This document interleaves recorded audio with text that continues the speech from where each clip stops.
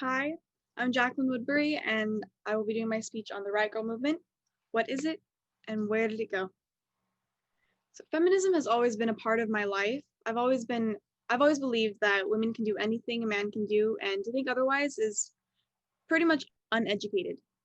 Today, I'll be talking about the Riot Girl movement, what it was, where it's gone.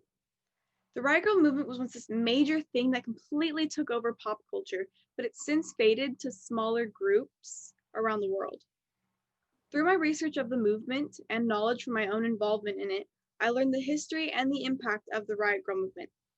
I'd first like to discuss the origins of the movement, the who, when, where, and why. My second topic of discussion is what happened to it since. So let's get into some background. So where it all began. According to the book Girl Power, the 90s Revolution in Music, written by Marissa Moltzer, the Riot Girl movement originated in Olympia, Washington in the 1990s when Jen Smith, known for the band Bratmobile, called for a girl riot.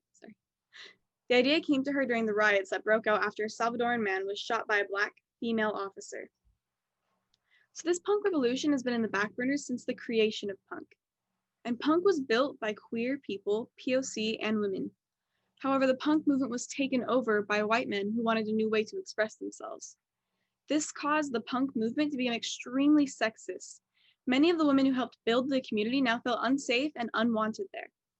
And according to the article Riot Girl's Lasting Effects on Feminism, these women, such as Jen Smith, took it upon themselves to create their own safe space.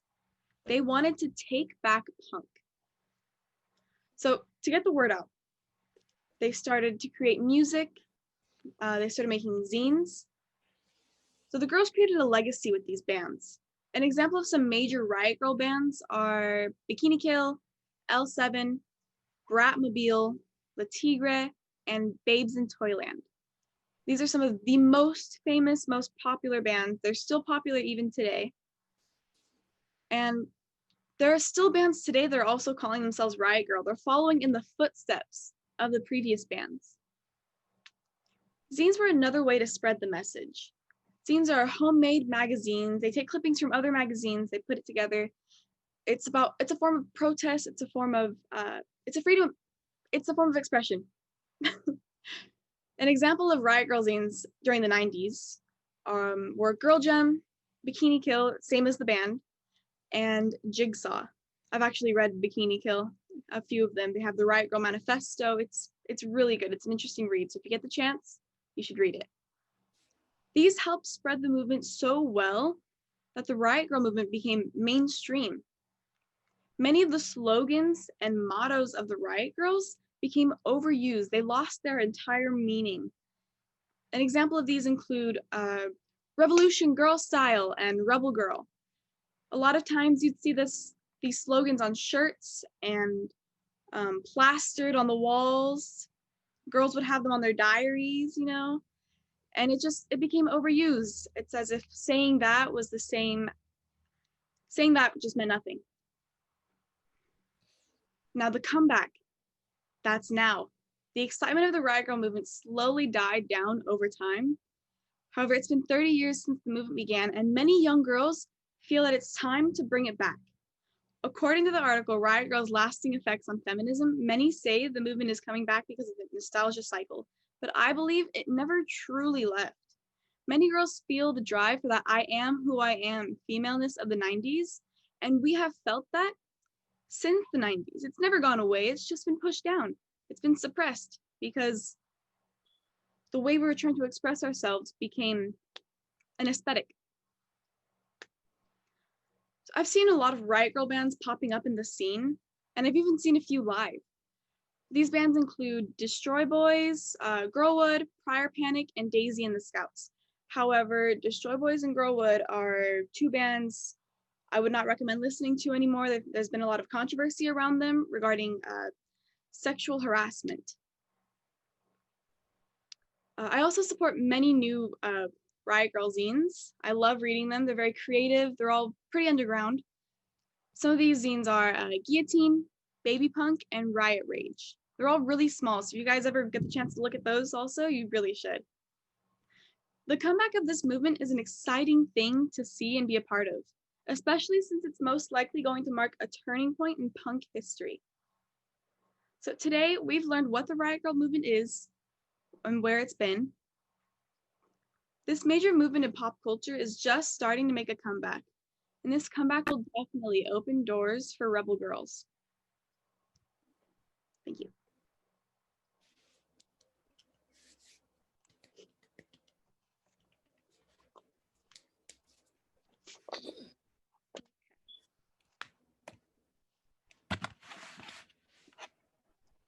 Okay, I'll go next. So I'm Alexa, and today I'm going to be talking about folklorico. So, what is folklorico? Folklorico, also known as Bella Folklorico, is a collective term for traditional Mexican dances that emphasize local folk culture with ballet characteristics. So they have pointed toes,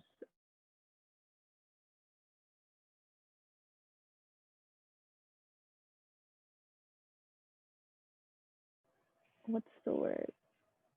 Like technical and very like it's just a lot of hard steps and different transitions. Um, so, like many foreign dance styles, Mexican folk dance has been shaped and influenced by the country's history, including the Mexican Revolution and the Spanish colonial period. In Mexico, ritual dances appease and appeal to the gods, were a feature of the Aztec Empire. Some dances told stories, including some about deaths, births, and marriages. However, depending on different parts of Mexico. Mexicans integrated other dance styles such as ballet and polka into their own during the Spanish colonial era. Nearly a century ago, in 1924, the most popular Mexican dance, Jarape Tapatio, which is more generally known as the Mexican hat dance, was proclaimed the national dance of Mexico. During the colonial era, and also after the independence of Mexico from Spain in 1821, the music and dances were inspired by immigrants from all over the world, from Germany, France, parts of Asia, and Africa. For Roman Catholic festivals and holidays, thousands of religious dance groups in Mexico regularly perform sequins, feathers, shells, ribbons, metallic cutouts, and embroidery worn down to their intricate costumes, which take a great deal of time to create. In Nuevo Leon, the northern state that borders Texas, men wore leather feathered jackets or vests, caps, bandanas, and cowboy hats in the folklorical costume of Nuevo Leon. The women wore clothes straight out of The Sound of Music, and their hair is ribbon braided. The dance styles include polkas, waltzes, and shotzi. Um, Veracruz is east of Mexico. The Spanish costume shows the white gayabara pants and shirts and a red waist-sash and straw hat. The women wear imported white lace dresses, their hair up in buns and combed back in shawls or rebosos, accompanied by fans. The dance style includes bambas or pangos, which are generally inspired by the moves of flamenco. The music is mainly acoustic, violin, and harp, inspired by the elements of the Arab, African, German, Dutch, and other European cultures during the conquest. The Spanish colonized Jalisco, which is east of Mexico, for an extended time. The men wore large sombreros and a traditional Spanish charro suit with a big bow and silver studs on their suits.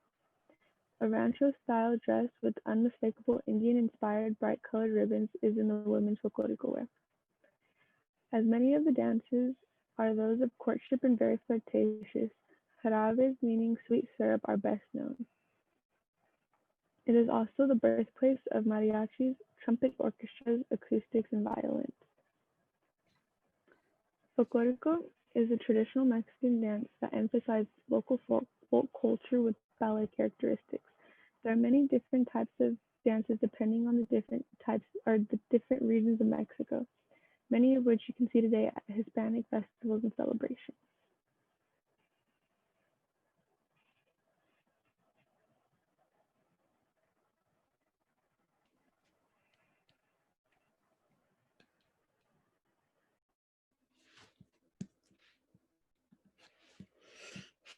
Okay. Um, Hi, my name is. I don't even know. Oh my god, I'm messing up already. Um, Hi, my name is Alexandra Guzman. What we're learning today is gender and sex, knowing yourself. From growing up, I never knew the difference between gender and sex. I always thought they were both the same thing. But ever since I've been in high school and learning more from the two, it changed my ways of thinking. Not everyone is the same as they describe themselves. Basically, everyone's the same human being, so you treat them how you would like to be treated. Um, Even though gender and sex can be similar, they are not. Both have different definitions of what they mean. From researching on differences between gender and sex, as well as having family members who are um in that part, I have learned that not everyone are the same. Each human being can be acknowledged with their own variety of pronouns and respectively used correctly for them.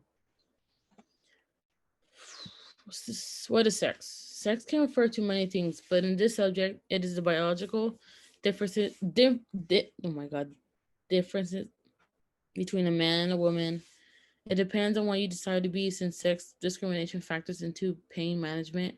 Also, mainly known what there's other sex as an intersex or a different sexual development. The difference of sexual development. In terms, males and females can have more than one chromosome, anatomy, or another sexual characteristics that are unusual.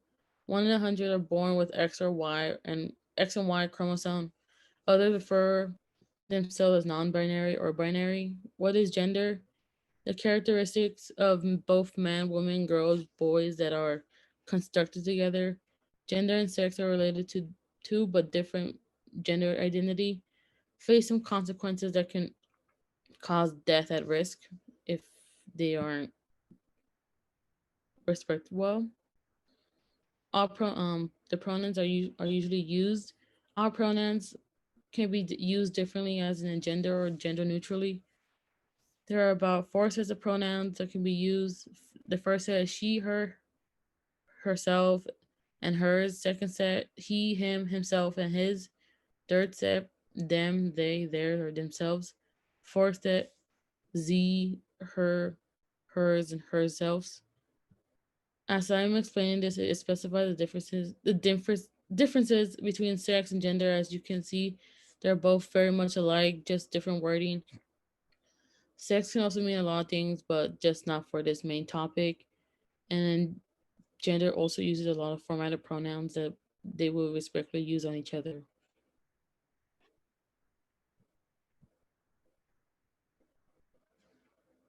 So, hi, my name is Mariana. Today to you about the life. There's a lot of states and everything, but today we're just gonna focus in California.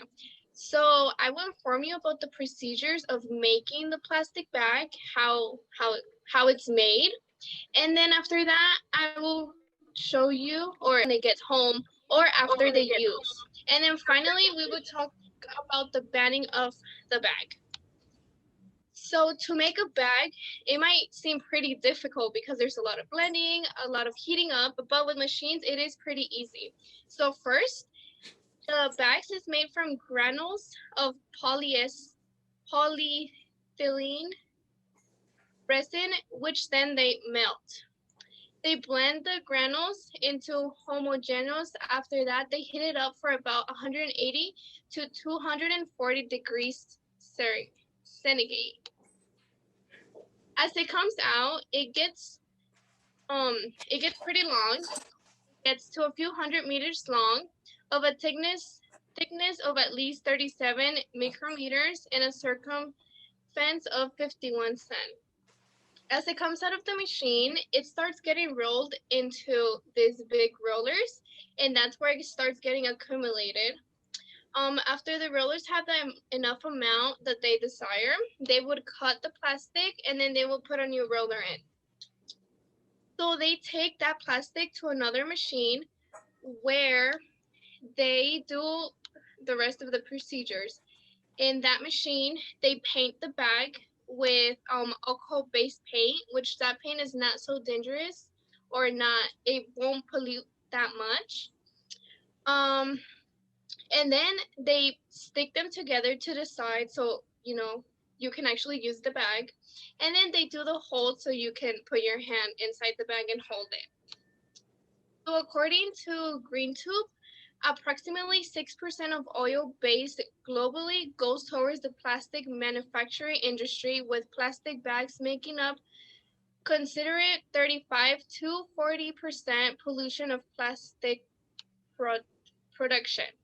So that means that a lot of oil is going to making those plastics.